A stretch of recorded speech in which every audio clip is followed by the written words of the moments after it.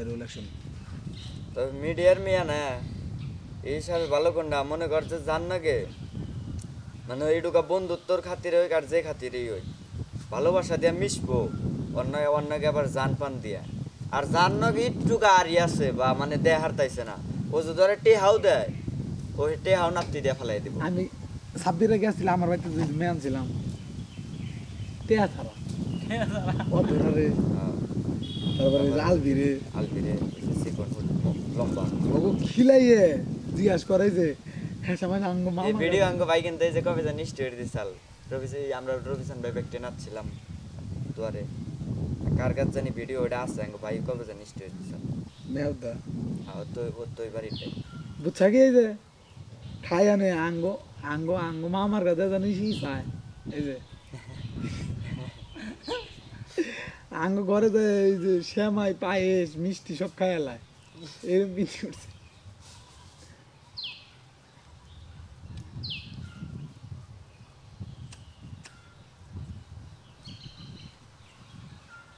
অন্যরা মানে আমার কাম কর না না আলবি ইন্ডিয়া থেকে আলবি আলবি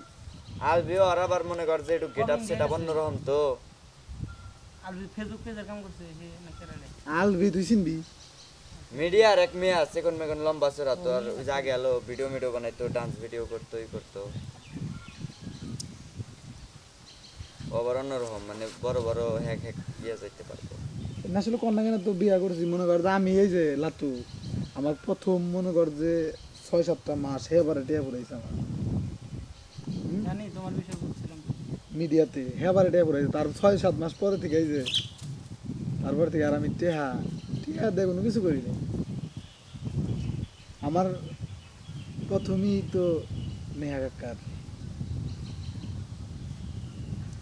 ডান্স করতো হ্যাঁ তারপর আইলো হ্যাঁ তুই যে ওই যে একদিন কইলি না যে মামা আসলে আমি জানি কি ভাই না ওই যে নুপুরের নাকি যখন প্রেম করতে আমি আর তুই আর দেখবার নাকি যে